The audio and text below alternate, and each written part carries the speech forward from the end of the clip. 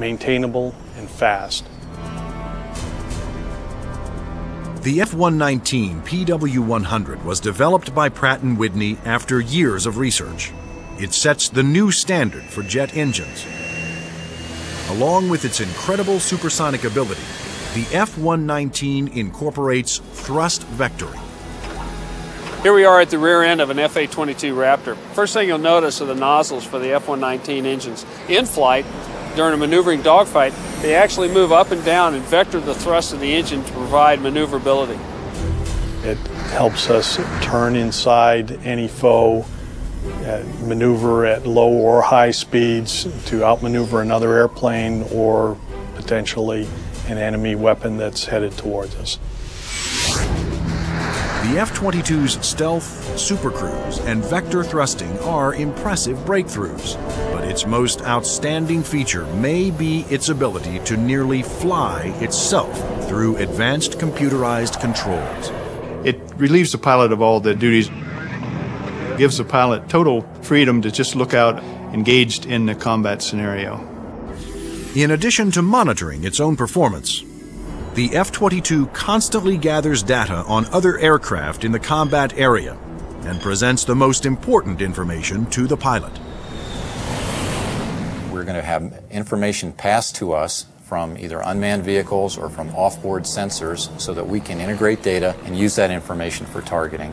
And it's the way that we are driving our forces in warfare. We are much more integrated with both other services and with other platforms, and the F-22 fits right into that concept.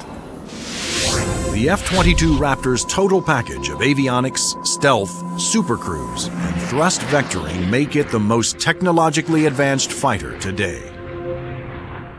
I've never been in an airplane that accelerates as fast, that's as agile, the ability to turn very sharply, and it just brings a great combination of the speed, the stealth, and the avionics to the fight that nobody else is going to be able to touch.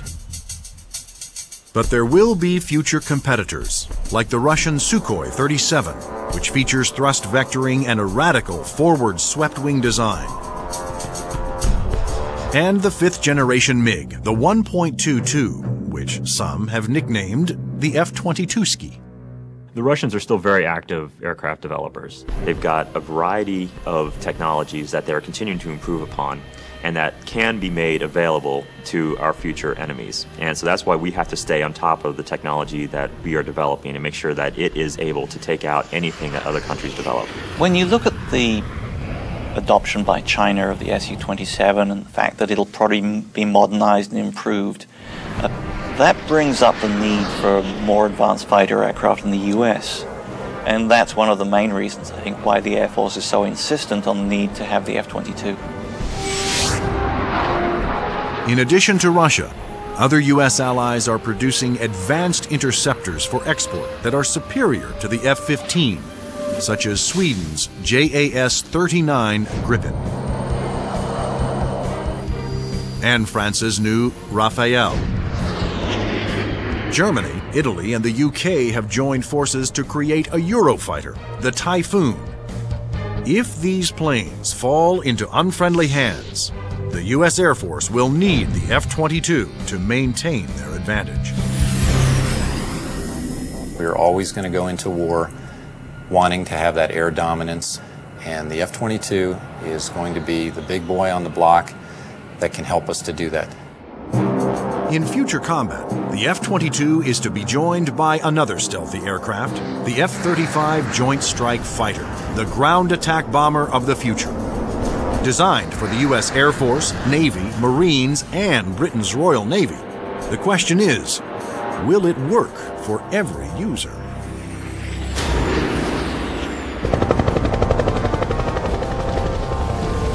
The rules of war have changed. Brute force has given way to high tech, and conventional weapons of the past will no longer be effective.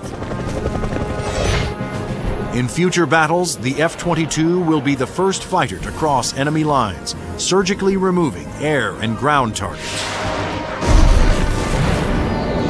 Next in the F-35 Joint Strike Fighter, the attack bomber of the future. It will assume the air-to-ground attack role for the U.S. military.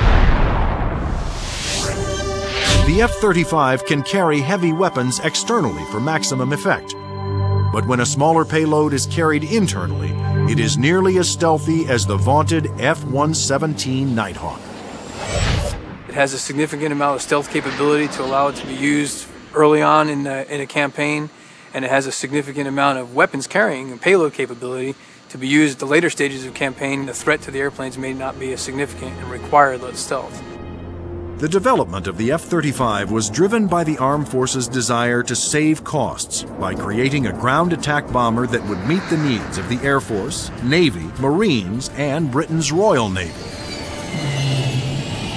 Airplanes are becoming very expensive these days, and we had to do something to get the cost of these airplanes back down to a reasonable level.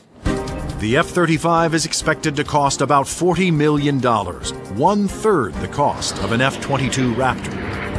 But could one basic airframe be designed to satisfy so many different military demands? Each armed service wanted a stealthy ground attack bomber, but the Marines also needed a plane with short takeoff and vertical landing capability.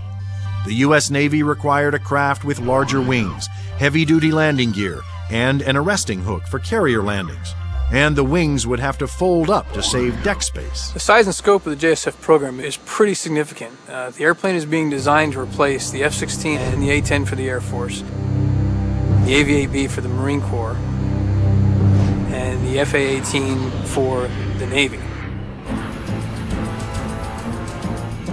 Unlike the twin-engine F-22 Raptor, the F-35 Joint Strike Fighter was designed around a single engine to keep down not only costs, but weight. A lighter plane can carry more weapons. For the Joint Strike Fighter, one of the keys of its mission is the ability to handle a large amount of ordnance and bring it to an enemy site. That all works better with a single engine.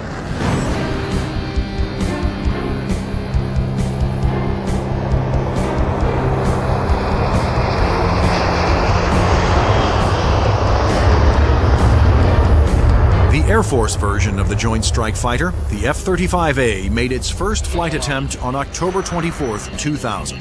Tom Morgenfeld, who had been a test pilot for the F-22 Raptor, was at the controls. Well, a million things are going through your mind. Your eyes are everywhere, you're listening, you're watching. Your senses are tuned to an incredible level because you're sensing and feeling the airplane for the very first time. It flies wonderfully. It's definitely a pilot's airplane. The Air Force testing went smoothly. Next, a Navy version was built with heavy-duty landing gear and wider wings for the slow speeds needed to land on carriers. Navy test pilots flew touch-and-goes, demonstrating the F-35's ability to land within the space of a carrier's flight deck. But the most difficult challenge still lay ahead for the F-35 program. The Marine Corps needed a version that could perform short takeoffs and vertical landings, STOVL for short. The STOVL capability is extremely important to the Marine Corps because the airplane can go just about anywhere that the rest of the forces can go. It's not limited to needing a large runway. It doesn't need a really big ship to operate off of. Engineers at Lockheed Martin, the designers of the F-35 Joint Strike Fighter, took a hard look at the AV-8B Harrier, the STOVL fighter that the new aircraft would have to improve upon. The Harrier is a great airplane.